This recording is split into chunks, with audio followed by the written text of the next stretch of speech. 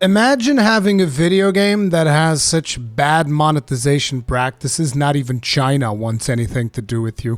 I realize I'm a little bit late on reporting to this one. That's because I've been extremely busy with a project that I can't really talk about just yet. But, dude, when I heard this news, I was watching not really watching, I was just listening to the Bellilar video. And it just brought a big old smile to my face because you know that this is exactly where Diablo Immortal was going to make the bulk of its cash. Now, it seems that this delay is only up until like July 7th or something like that, according to some of the articles that I've seen. But I gotta tell you, dude, like, you think that $24 million or however more they're reporting that the game is made, which, by the way, I've said multiple times, I actually don't believe that it is $24 million. I think it's more in the region of like 50, maybe even $100 million that they've made, mostly in the Western market, which is impressive. You Pay Pigs really did a fantastic job on this one. Good job, everybody. Good job telling Blizzard that you're ready to eat their shit for breakfast and ask for seconds. Thank you very much for that. I really appreciate you guys trying to contribute to the downfall of gaming everywhere. That's fucking fantastic. Good job. And yes, like I mentioned multiple times, I will judge each and every one of you that put money into video games like this. But anyway, back to the topic at hand. The fact that this has been delayed is currently costing Blizzard millions in this particular project, and personally, couldn't be happier about it. As a matter of fact, I hope the Chinese government screws them over and doesn't even let them launch there, because this game was designed from the ground up to take advantage of Chinese spending habits, basically, where people are perfectly fine with their games being pay to win and bringing their real life earnings to the table whenever they're fighting off another person online. Like, this is not only widely accepted, this is just what they do over there. As a matter of fact, several developers have talked to content creators, because I've been watching videos about this left, right, and center, and some developers have actually talked to content creators about this and let them know that the fact that the PvP in Diablo Immortal has pay to win as it is a clear indicator that this game was designed for the Chinese market, because that's just the way that they do it over there. They love that stuff, which is why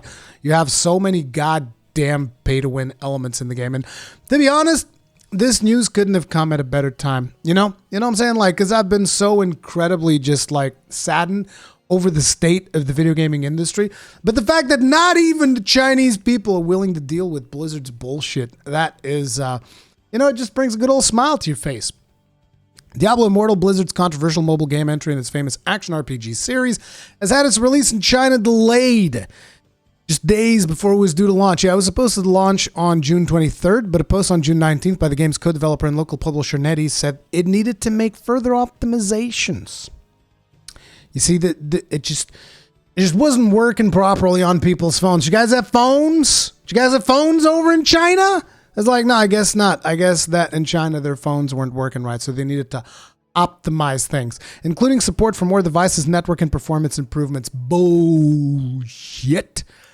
Further update by Blizzard said the launch had been delayed to July 7th. We believe that our players will benefit from optimization that would make the download and playing experience much smoother. Yeah, because the game plays like ass. At least on PC, it completely and absolutely plays like ass. If you use mouse and keyboard and you try to use click to move, good fucking luck, Sonny Jim. Plays like absolute ass. However, questions are bound to be asked about other potential reasons for this delay. The plot thickens. Industry analyst Daniel Amat pointed out that the move comes a few days after Diablo Immortal's account on China's major social media platform Weibo was banned from making new posts. Weibo said the ban was for violation of related laws and regulations. Now, I believe it was Bellar who dug into this, and I've actually seen some more news articles. I was actually looking for it before recording this video, couldn't find it. But there was like a post, like a reference that somebody made on the official Diablo Weibo account, which made like a reference to Winnie the Pooh, which everybody knows that that's a joke to the big boy in China, right? Whatever his name is. I'm not too politically inclined, as you guys are aware, but everybody knows that Winnie the Pooh is making fun of the dude up in there. I don't even know what his name is because I don't give a goddamn. But It was funny. Like I'm actually hoping that it was just like a rogue employee over there, and he was like, "Dude, I'm gonna tank this shit." Like, wouldn't it be cool to think that there's actually somebody inside Blizzard fighting for us? Somebody actually like, I'm gonna make this game tank so that you guys realize that this is not what our player base wants. And yeah, it's just, you know, it's good.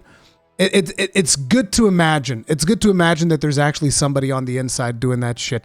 It's reasonable to wonder if the game is headed for regulatory hot waters in China. Diablo Immortal has come under intense criticism for its monetization design, which, let's just say, lots of people in the West are still perfectly fine paying for it, advertising it, paying for it for content. It's like, look, I'm going to criticize each and every one of you. I don't give a fuck. Like, look, there's plenty of ways of criticizing the damn thing without throwing money down into Blizzard's pocket, but you know, it is what it is. And if you are enjoying the game and you are playing free to play, you know, have at it, do whatever you want. If you are enjoying the game and you are spending money on the game, congratulations on being a part of the problem. That's what I'm going to say. And I'm not, dude, it's like, listen, I've spent so long pretending that you people aren't a part of the problem. I'm done. I don't give a fuck. I don't give a fuck. Dude. I don't give a fuck if it's not politically correct. Fuck you. It's just that simple. Because, you know, it's always so easy to say, hey, man, it's your money. You can spend it the way that you want. But at the end of the day, it does affect me. You know why it affects me? Because now we have Diablo Immortal, and that is directly affecting me because that game is a pustulant piece of dog shit within the Diablo franchise story. I mean, Diablo 3 was already kind of a sore spot in the Diablo history, of the Diablo franchise history. Now you put Diablo Immortal on it. That's like just basically taking a dump on the legacy of the Diablo franchise, but I digress. Reports that it will cost between $50,000 and $110,000. Nah, this is rookie numbers, bro. As a matter of fact, we can actually we should bring up the thing, dude. We should bring up the thing. Diablo Immortal Rift Simulator. We're gonna have a grand old time, dude. This is the best, dude. This is the friggin' best. Where's the actual... There we go. The guy who made the thing. It's from Reddit user BuzzyCat. He apparently made a Diablo Rift simulator. Look at this. Look at this. See, this is how you do it, right? If you want to... Because basically, for those of you that don't know how Diablo works, the whole point of it is you buy these gemstones. Not gemstones, these are crests. You buy these crests, these legendary crests, which, by the way, if you just get the rare ones, you can only input 3. But because, you know, gotcha mentality and all of that stuff dictates that the 10 pull is a big deal. If you buy the legendary crests, Blizzard actually allows you to stick 10 crests in there, which, by the way, this is an option that you're not made aware of unless you happen to have 10 crests, because it's all about the 10 pull. And then you have the button here, which is like, hey, try a roll, see which gems you get. I'm going to have a quick look-see here, see which gems we get. Okay, this gem kind of glitched out for some reason. I actually think my browser's like a little bit glitched out. Let's go again. There we go.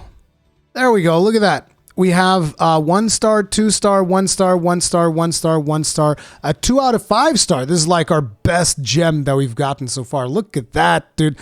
That is amazing. And it looks like we got like a 3 pull on the previous one as well. A 3 star. That's really good. But, you know, at the end of the day, the real thing that matters when you actually want to get the end game, you want to get a 5 out of 5 gem. That's the reason why Quinn spent $15,000. Let's see if we can beat Quinn's record. Let's see if we can win. Because, like, it took Quinn $15,000, which is like 20-something in New Zealand buckaree-doos. And let's see if we can beat him. We're going to just calculate the cost of a 5 out of 5 gem.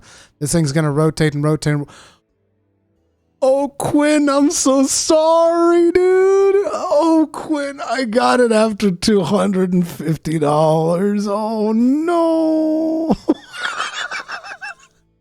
We were very lucky there. Look at that. $250 is all it took for us to get a 5-star gem. Let's see. But, you know, obviously you're going to need 6 because that's how many gems you can slot in. So let's see if we can get another one. Technically speaking, you're going to need more than 6 because you're also going to need duplicates of the same gem in order to rank it up. Yeah, don't worry. We're just ranking up the custom. Don't even worry about it. This thing is running and it will keep running until we get another 5 out of 5. As you can see, we're now in the $4,000 range, which I think this is still pretty good value for your money. There you go. $5,000. We got our second one. So we now have 2. But remember, we're going to need 6. So let's go ahead and do that again. You see, this is why not even the Chinese government wanted anything to could do with this stupid system. Isn't that amazing? I think that's awesome. By the way, my browser spazzes out. I'm not sure if you guys can see sometimes like some weird squares and stuff. That's my browser just spazzing out. Don't worry too much about it. Look at that. Look at that. We're at 10,000. Think of the value. Think of the value for this video game, and a video game whose whole point is to actually min-max your character. I've already spent $10,000, and I'm only about not even halfway because, like I said, you're going to need duplicates of these 5-star gems in order to really, enhance the value. So let's go for another one. We already have 3 5-star gems. So we're doing pretty damn good. We're coming up on Quinn's numbers. Oh, dude, we've gotten 4. We've gotten 4, but you guys get the idea, right? Look at this, $13,000 spent. You see, you can get the dopamine by doing this little program here without actually spending the money. Isn't that great? No, I guess you just got to get some skin in the game because a lot of you guys are just like fucking addicted to gambling and whatnot. China is currently a tough regulatory environment for video games where the government is actively campaigning against the games industry. A freeze on granting new licenses and restrictions on the time minors can spend on games have put many gaming companies out of business. China's laws, I mean, it does kind of suck that people can't play video games. But at the same time, a lot of these companies are so predatory and they've been predating on these people for so long that a lot of them fucking deserve it. Let's just be completely real about this. A lot of these fucking gaming companies deserve to go out of business. And this at this point includes Blizzard. Like, I know it sucks. I know it really sucks because I want to see Blizzard do well. I want to see them do a 180. I want to see them fix their shit. But to be honest, Diablo Immortal just puts that on such a fucking unbelievable, terrible spot that I'm almost like, hey, you know what? It is what it is.